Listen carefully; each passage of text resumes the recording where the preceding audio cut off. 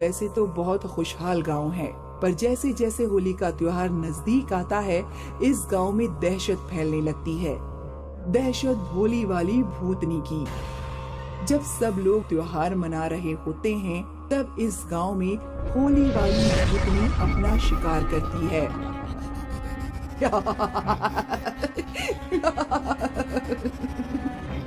सब लोग होली मनाने में मगन थे। वहाँ भूतनी ने एक आदमी को उठा लिया और गायब हो गई। जब लोगों को पता चला, तब तक बहुत देर हो चुकी थी। आपने मेरे पति को देखा क्या? भैया, तुमने देखा? आपने तो देखा होगा। किसी ने मेरे पति को नहीं देखा। लगता है वो होली वाली भूतनी मेरे पति को उठा ले गई है। और तुरंत ही त्योहार का माहौल मातम में बदल जाया करता था। ये सिलसिला कई सालों से चल रहा है। अब गांव के लोग होली मनाना ही भूल गए हैं। बरखा काकी, होली आने वाली है। हाय दैया, फिर से उस भूतनी का कहर गांव वालों पे बरसेगा। मैंने तो अपने पति को बोल दिया है कि हम होली मेरे मायके में मनाएंगे। ये सही है, कम से कम जान तो बची रहेगी। लेकिन इस तरह सारे लोग गांव छोड़कर चले गए तो कैसे चलेगा? वो हमें नहीं पता काकी। हम तो इतना जानते हैं कि जान बचे तो लाख हो पाए। और वहाँ गांव के नुक्कड़ पर गांव के बूढ़े बुजुर्गों की भी बैठक लगी थी। क्या इस साल भी होली में मातम मनेगा? पता नहीं।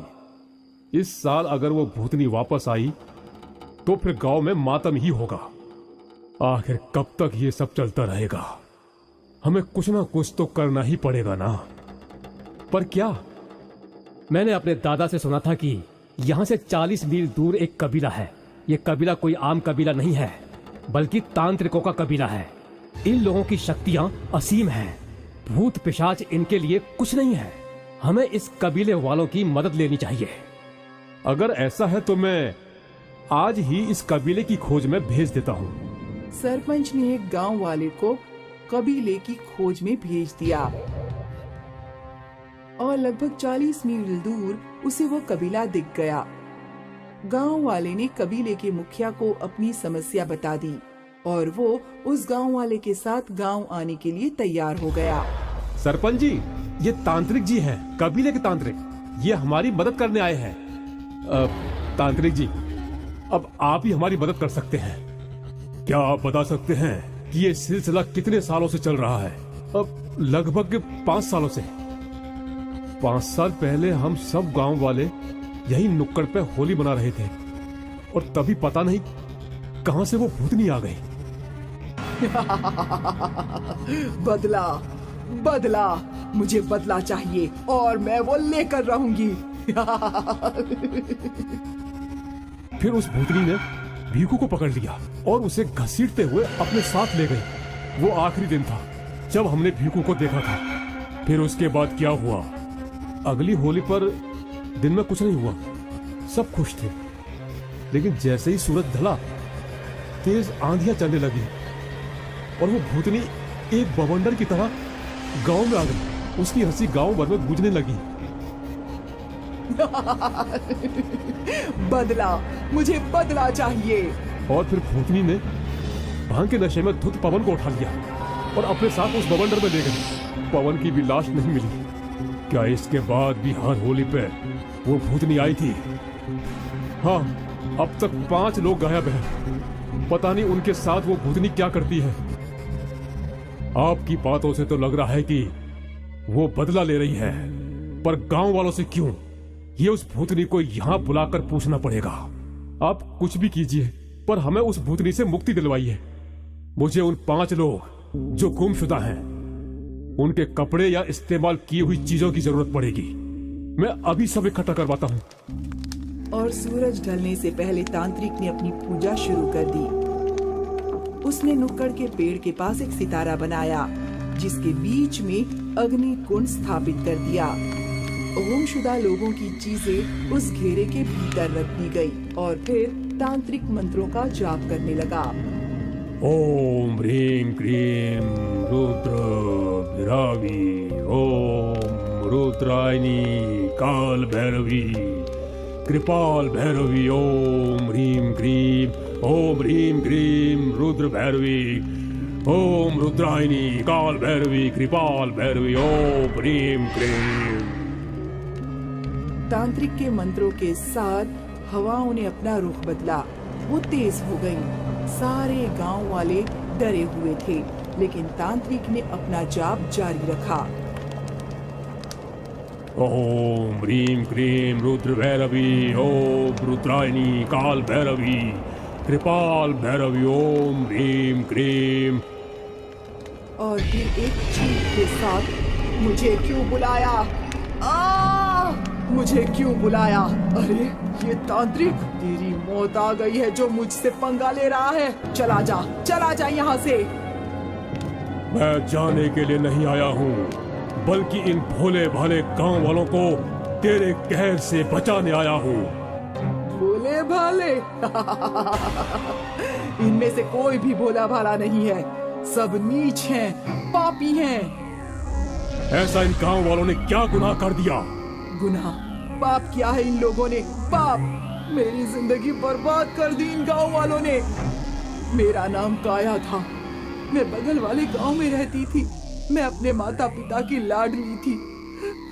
मुझे चोट भी लग जाए तो मेरे पापा सारा घर सिर पर उठा लेते थे। जाया, देखो गुड़िया को चोट लगी है, डॉक्टर को बुलाओ। देखो देखो कितना खून निकल रहा है। कहाँ कुछ है, छोटी सी खरोंच तो है, मैं हल्दी का लेप लगा देती हूँ, अभी ठीक हो जाएगी। छोटी सी खरोंच पर भी मेरे पापा परेशान हो जाते थे। मेरी एक सहेली इस गांव की थी, इसलिए मैं इस गांव में अक्सर उससे मिलने आती थी। काया, इस बार होली में घर जरूर आना। नहीं रे, होली तो मैं माँ पापा के साथ ही मनाऊंगी। उनके साथ मना लेना, फिर आना। वैसे भी तू तो जानती है कि कुछ महीनों में मेरी शादी हो जाएगी। ये होली ही मैं तेरे साथ मनाना चाहती हूँ। पता नहीं फिर कब मौका मिले। ठीक है, मैं आ जाऊंगी, पर दोपहर को आऊंगी। तेरी मर्जी, जब मन करे तब चली आना। और अपनी सहेली की खुशी के लिए होली के दिन मैं अपने गांव से इस गांव की तरफ चलने लगी। गांव की सीमा पर ही 4 आदमी खड़े थे। उन सभी के चेहरे रंग से रंगे हुए थे। मैंने उन सबको देखा, पर फिर मैं आगे चल पड़ी। लेकिन वो चारों आदमी मेरा पीछा करने लगे। मैं डर गई और तेज चलने लगी, पर फिर उन आदमियों ने मुझे घेर लिया। वो जोर जोर से हंस रहे थे। कहाँ जा रही हो जाने मन? इतनी भी जल्दी क्या है? थोड़ी हमारे साथ भी होली खेल लो। मुझे जाने दो, मुझे मेरे घर जाना है। मेरे पापा मेरा इंतजार कर रहे होंगे। छोड़ देंगे, तुम्हें अपने घर छोड़ देंगे, लेकिन पहले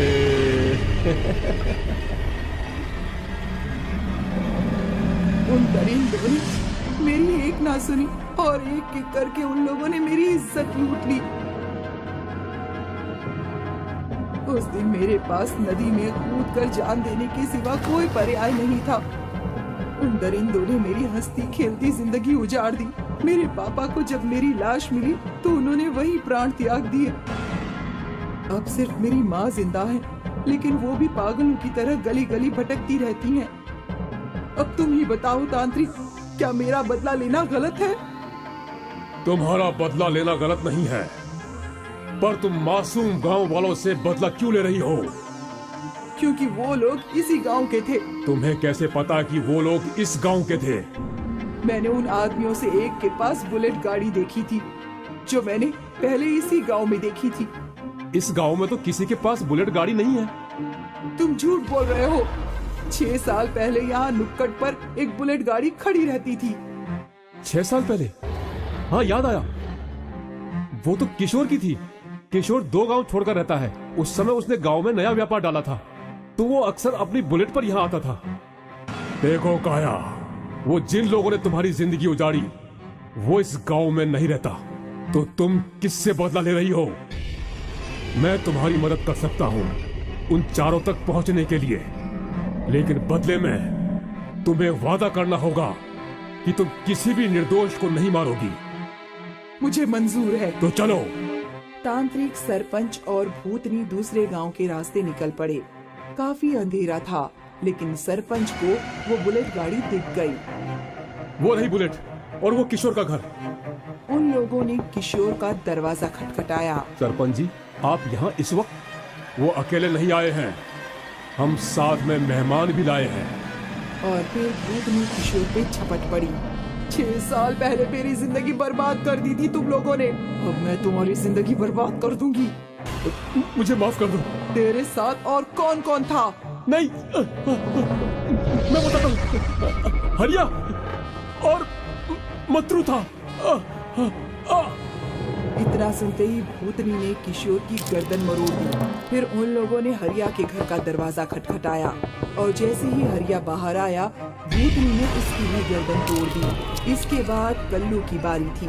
भूतनी ने कल्लू को घसीटते हुए उल्टा लटकाया और उसे पटक पटक कर उसकी जान ले ली।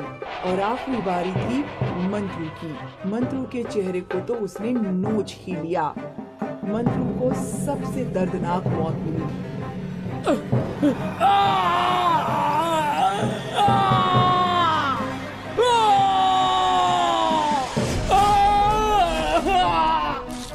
अब तुम्हारा बदला पूरा हो गया है। हाँ, और अब मैं मुक्ति पाना चाहती हूँ। मैं तुम्हें मुक्ति हासिल करने में मदद करूंगा।